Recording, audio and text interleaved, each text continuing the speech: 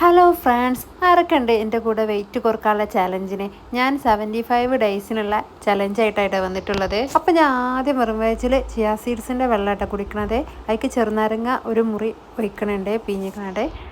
അപ്പം ഞാൻ രാവിലെ കഴിക്കാൻ എടുത്തിട്ടുള്ളത് 2 എഗ്ഗ് പിഴിഞ്ഞതും ഒരു ആപ്പിളും ആണ് കേട്ടോ കട്ട് ചെയ്തത്.